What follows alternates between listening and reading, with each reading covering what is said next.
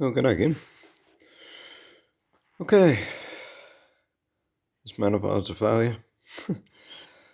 This is, I've already changed it once, so this is the second model. And it's just, it's not working.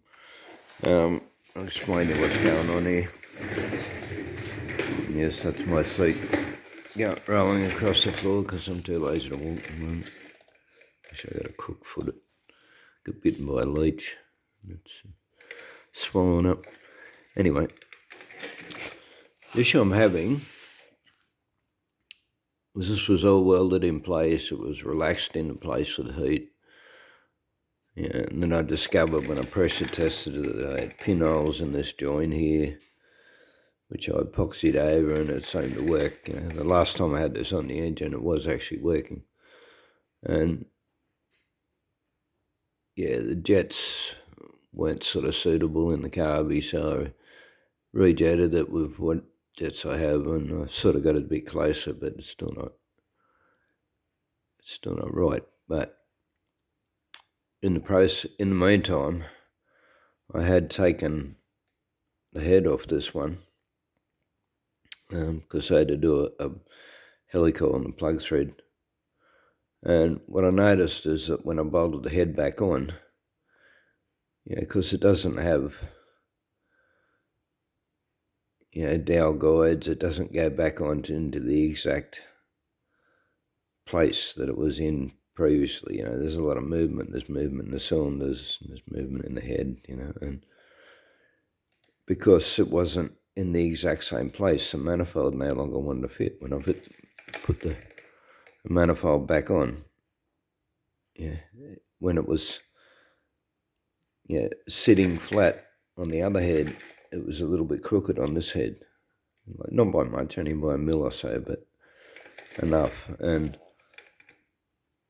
being there's only two bolts holding this whole port area on, it's just not really enough to twist it and make it seal up. They do have this sort of manifold on a flat motor, but it goes up to a very small carburetor junction, and then there's possibly a whole lot more flex than what I got here. This isn't helping either too, because after the final weld on this, they were out a little bit. I had to twist them a little bit to get the bolts in and whatever, so I might go over them again with the heat and try and relax them into place a bit better, but because we'll be using those again. But the point I'm making is it's too rigid to conform to the head and to bolt down. The other issue too is, see, I've had to, because I've made it in one piece and have to lift straight out, it can't come out at an angle like the original manifolds. I've had to pull the studs out and put bolts in it, and that in itself is a risk. I'm trying to tighten it down enough to get it to seal, and all the time being concerned that I might pull the threads out of the head. And it had studs in it, and it really does need to have studs in it. So this option I've taken isn't that great an option. Anyway, so the next option is, I said I had an issue welding these too, because I only got a MIG, this is only the exhaust tube, but it's sort of 2 bits in anyway. But it really needed like a TIG or an oxy to get a perfect sealed joint. And even though I'd sealed it up with epoxy, it may well leak in the future. It could be a future problem. So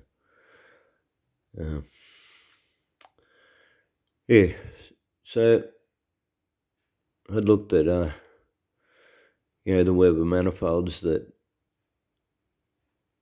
exist. There's 2 different companies I know that make these Weber manifolds, and they make them to fit back into the original alloy end manifolds, so they obviously must work. You know, I'd have thought they'd be way too restricted for the airflow required for this Weber carby, you know. Like, but anyway, so yeah, the next option now is I'm going to chop this off again, probably up here somewhere, and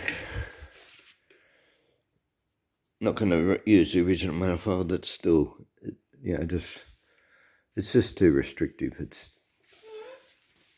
But I am going to use the original lens, and I was having a real good look at those, and I've actually poured in one of them,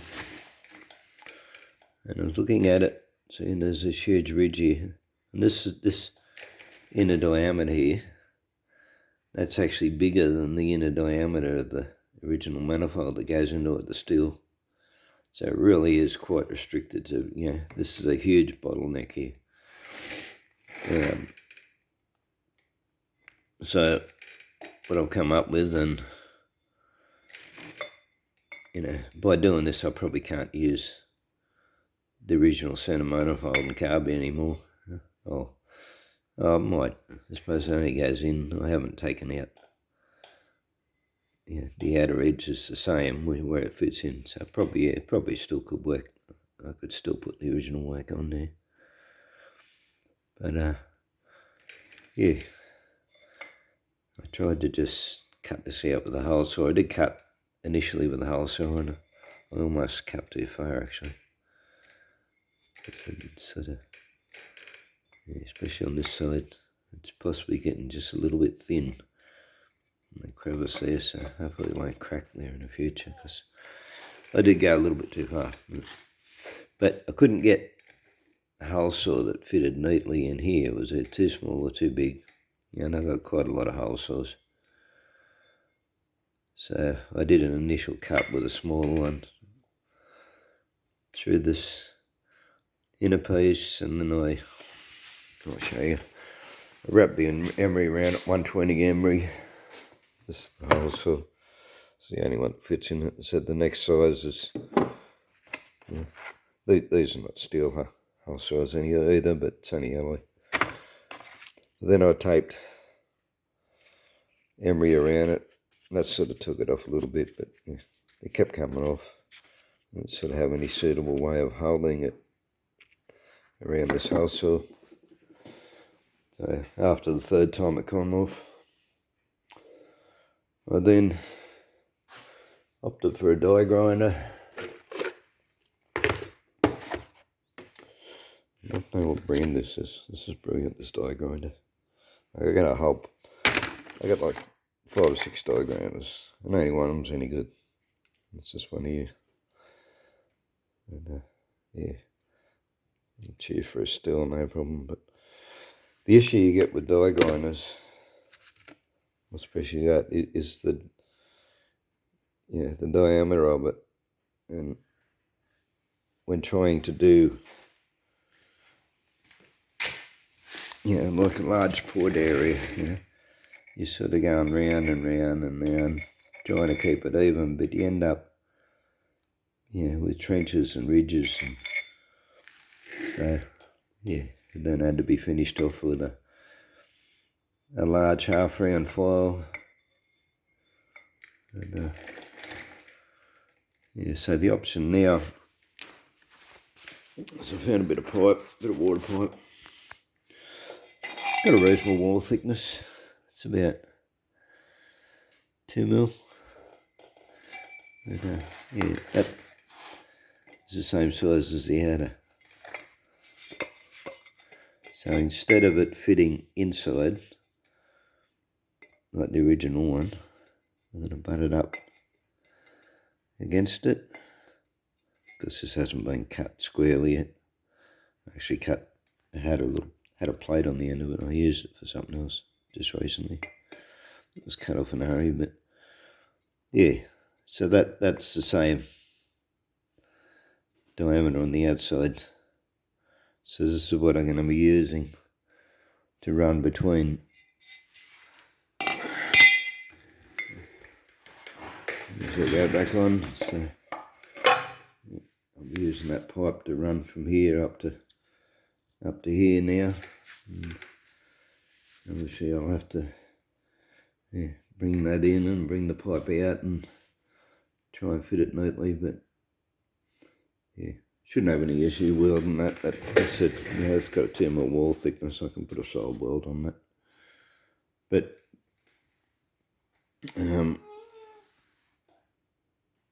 the thing is, too, is what concerns me now is because I've thinned this down, is whether it's actually got the strength to support.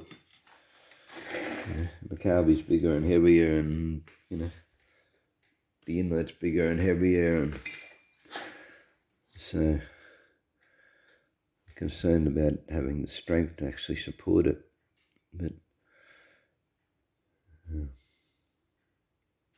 I said it won't be fitting inside now, so probably what I'll do, well, I don't even know if it even needs it, but no. Sit up there. But yeah, I thought now I was going to thin piece. I've actually marked, you can see a Sharpie mark there. That's the width of the clamp, but you can get thinner clamps. So I'll put that on there and put a thin sleeve around the outside, just like sheet metal even, just to give it that little bit of support. And of course, can't use the original rubbers now because this is much bigger. But yeah, just a bit of radiator hose will seal that fine, or it should do anyway.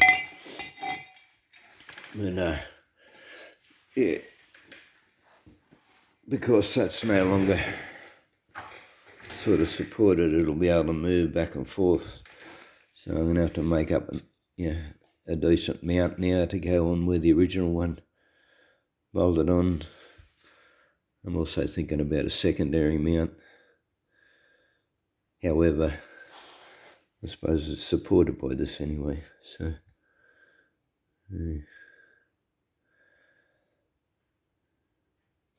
yeah, the one mount plus these should be plenty sufficient.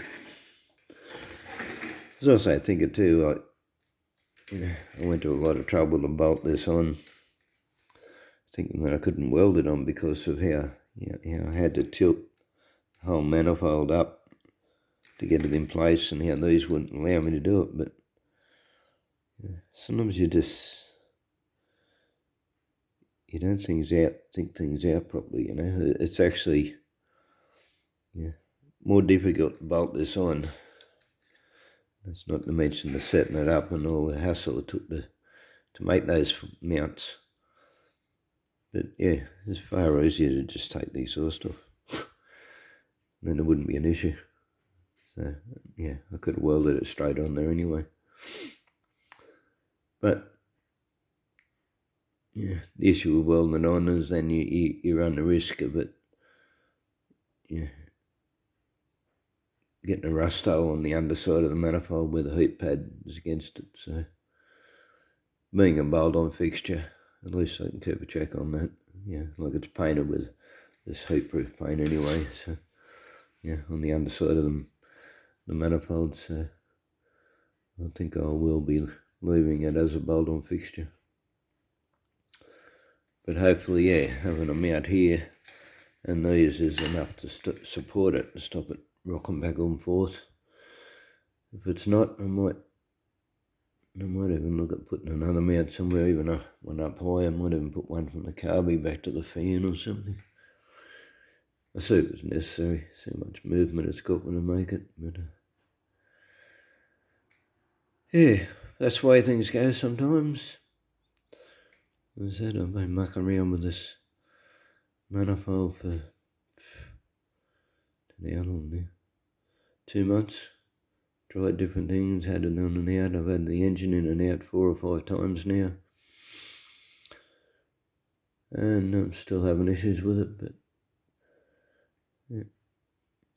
that's the process of learning. That's the way it goes sometimes. And Yeah, so the Calby was working. It just, I said, I pulled out a plug thread. That's the whole reason I took it off again. Took the whole thing out again. It was working. It was a bit rich on the primary, and it was a bit lean on the secondary. So when I had it out again, I swapped the jets over.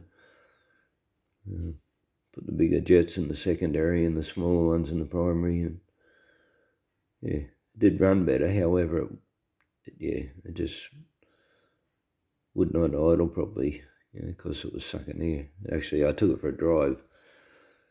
I said, it wouldn't idle at all until it got warmed up, and even then it was sort of rough and irregular. And I took it for a drive, and when I come back, I could actually hear.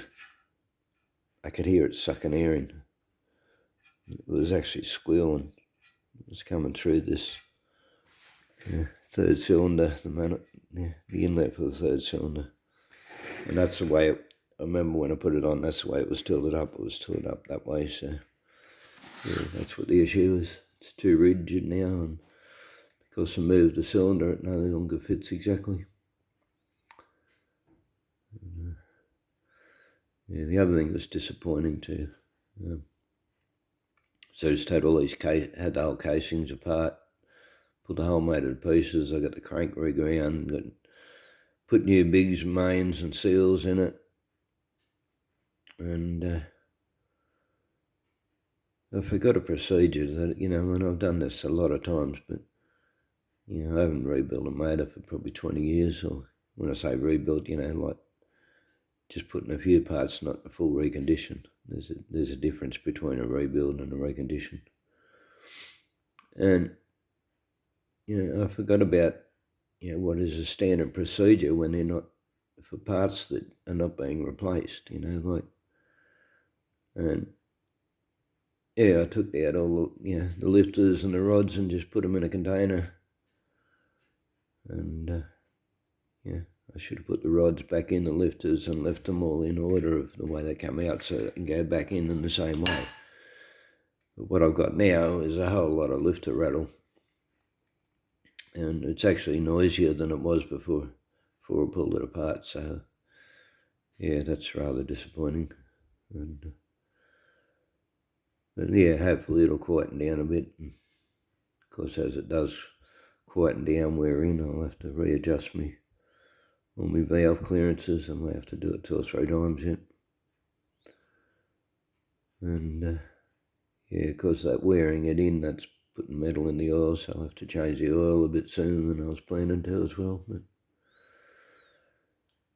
yeah, and all that because I forgot a standard procedure that I've done many times. I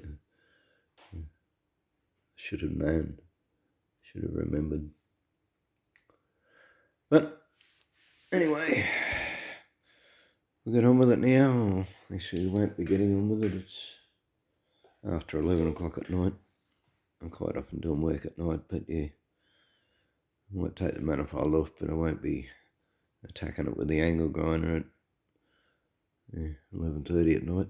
So anyway, thanks again for watching, listening to my ramble, and we'll catch you next time.